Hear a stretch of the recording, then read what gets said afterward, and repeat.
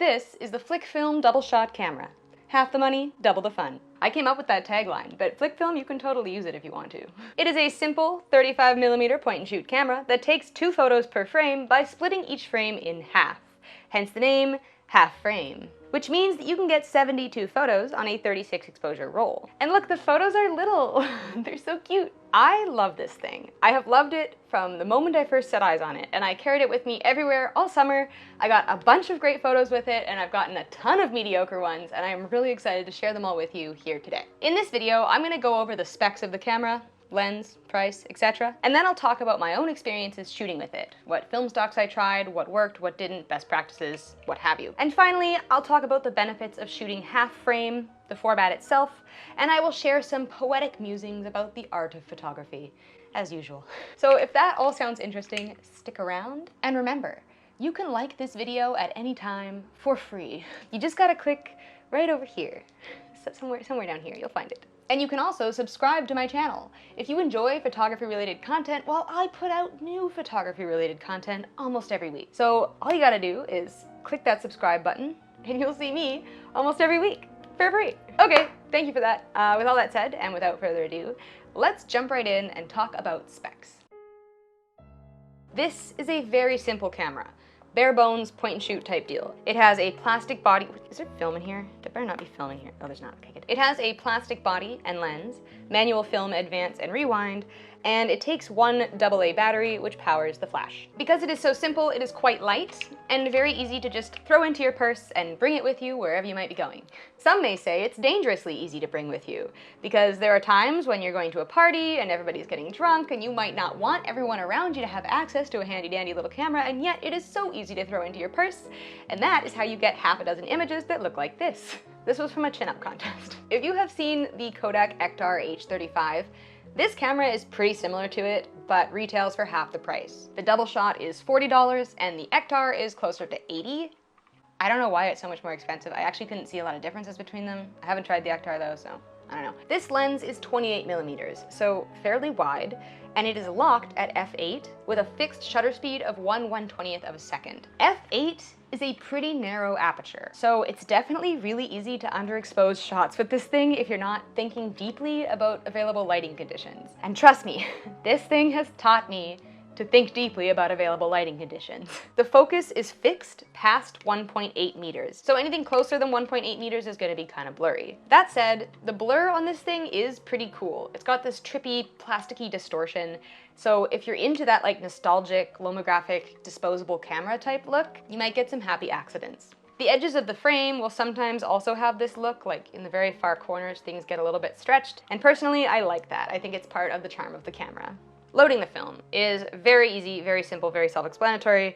Basically, you open this little thing, and that'll pop open the back. Boom. You want to pull this little thing up. You can put your film in there, and then push this down, and then pull the leader of your film over to here. Let it notch on one of those little teeth. Where's the teeth? The teeth are here.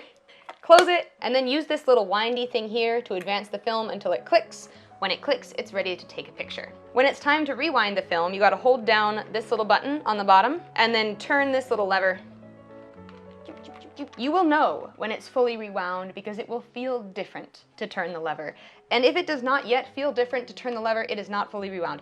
Don't make my mistake and feel at some point that you've been turning the lever for a long time and surely it must be rewound by now, and then open the film and ruin like 16 photos. Don't do that. You will know when it's fully rewound because it will feel different and it will start sounding different. Just a word to the wise. You can toggle the flash on and off using this little lever. The flash on mine seems to have a mind of its own. I don't know what the lever does. Like, it seems to me that if you toggle this on, load a flash, and then toggle it off, like you change your mind, you don't want the flash to fire, the flash will still fire when you take the picture. But not always. Because it has a mind of its own. I don't know. I wouldn't 100% rely on the flash firing or not, because it is kind of hard to predict when it will. The battery is good for about 100 flashes, give or take. I changed the battery twice, so it's on its 3rd battery, and I have shot 5 rolls of film. So like 360 exposures, 5 rolls of film, 3 batteries. It's like 120 exposures per battery if you're using the flash for most, but not all of your shots. You can still use the camera without a battery because most of the camera's functions are manual. The battery just powers the flash. So that is all that I had to say about specs. Now I would like to tell you about my own experience shooting with this camera.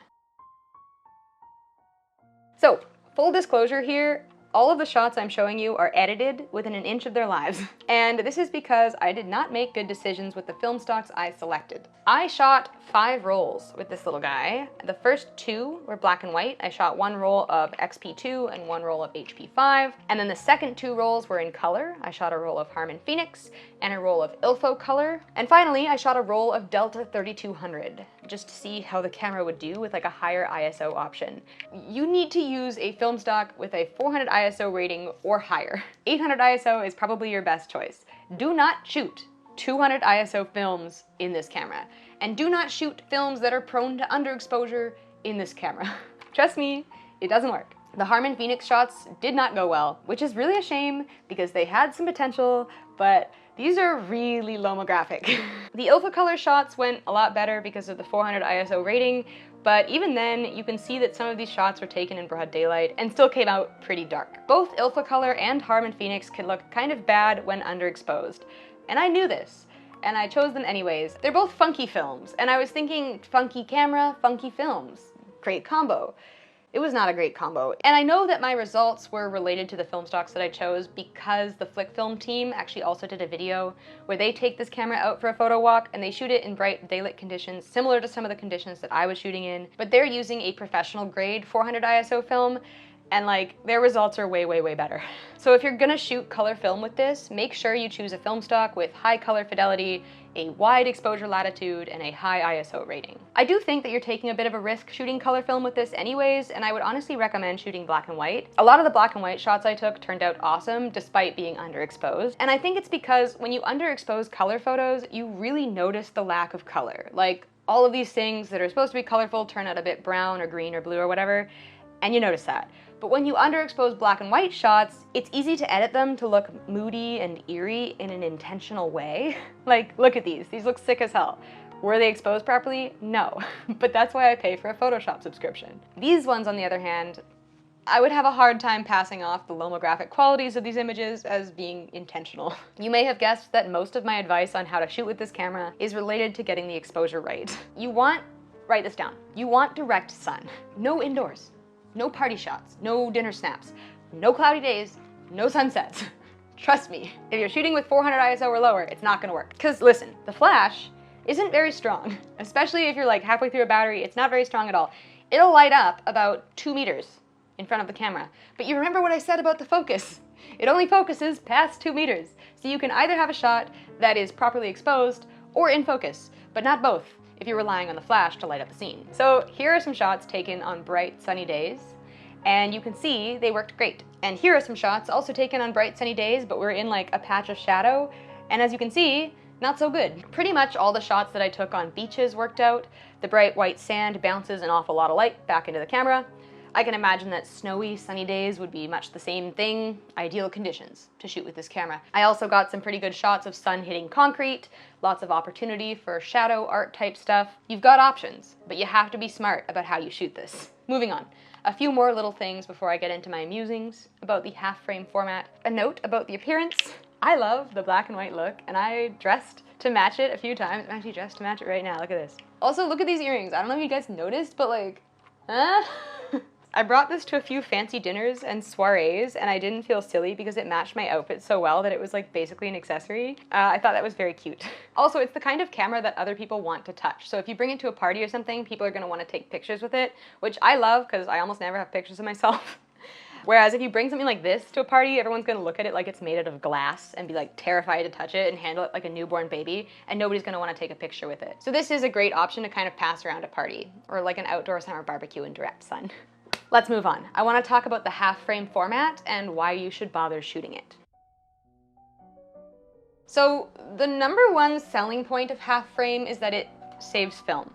And like, sure, it does. But the photos are so tiny that you don't really get 72 high quality images, right? You get 72 snapshots or 72 pieces. And this might bother you if you're out to get new material for your gallery or your Instagram page, or if you're the kind of person who likes every photo to be as high fidelity as possible.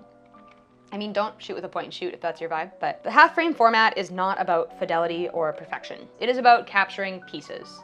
fragments. Wait, Yvonne, is this a tie-in with concepts explored in a previous video? Yes, it is. In my recent video about Tumblr photography, I discussed Tumblr images as a distinct genre of photography. I define them as images that are non-documentary and incomplete. The idea of a Tumblr image is that it can fit together with other images, like words in a sentence, to express a complete picture. And because this incompleteness is the chief quality of a Tumblr image, the images themselves can be low quality and still do well. If you take a Tumblr image on its own, it's kind of random and meaningless most of the time.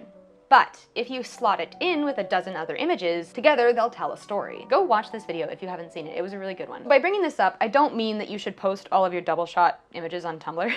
I mean that you should treat them as incomplete parts of a larger whole. Treat them as words in a sentence. And when you're taking pictures with a half-frame camera, think of what those words will say together, rather than the quality of each individual photo. The format itself suggests this mindset.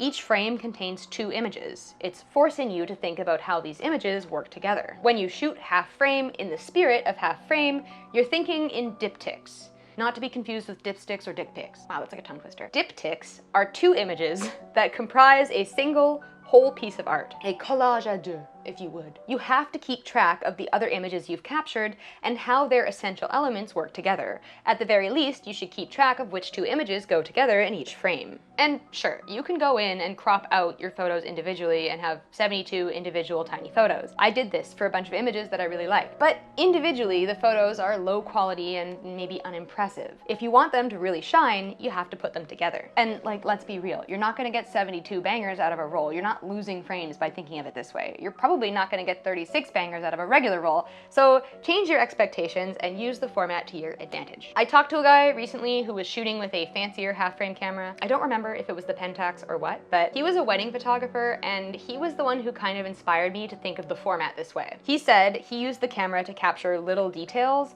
that wouldn't be worth their own photos otherwise. The train of a dress in the dirt, the band of a corsage, the shadow of a groomsman, photos that you might cull out of a wedding album, but when presented together help to document the day's less memorable moments in an artful way. He was also very thoughtful about which photos would go together in each frame. A still of the bouquet in the sun, and then a candid of the bride clutching her bouquet. A still of the rings in a box, and then a shot of the ring bearer bearing them. Half frame allows you to present these moments as parts of a larger whole, rather than little details that get lost when left to fight for attention in a larger gallery. I don't know, I found that really inspiring. He also sold me my medium format camera, which is here, and I am so excited. Isn't it cool? Isn't it pretty? Oh, I love it so much. This camera is gonna be making its debut in the first week of September, and I can't tell you much about that video other than that it's very exciting and it's a secret. So stay tuned for that, but be excited. Anyways, this is the end of the video. Thank you guys so much for watching. I hope you found this interesting or at least entertaining. If you feel inspired to purchase this camera, you can do so by clicking my affiliate link down below and visiting Freestyle Photo LA. They just got this camera in, it's $40. And if you use my link to buy it, that would be excellent. I really appreciate it when you guys use my affiliate link to buy film. I know y'all like film. I can see how much some of y'all are spending on film. Oh my God, thank you for doing that through my link. Another way that you can support the channel is by buying me a coffee. That is a one-time $5 donation. There's a link down below. And all proceeds from that link go towards improving the quality of content that I'm able to offer. So hiring video editors, film development costs, those are the 2 things that I've spent the money on so far. Other things, like eventually I want to get a nice microphone and stuff like that. So yeah, really appreciate anybody who considers that. Thank you so much. And I would also like to give a huge thank you to the folks over at Flic Film. I completely fell in love with the half frame format because of this camera, and so huge thank you to them for introducing that to me. They've also sent me a line of cinefilms, which is kind of exciting, and I'm almost finished shooting with them, so I will have a film review coming up for you guys at some point in September. Stay tuned for that. Anyway, thank you guys so much for watching. I will see you next week with a new video, or first week of September, probably. And in the meantime, I want you guys to stay sharp and don't forget to keep shooting. Bye, guys.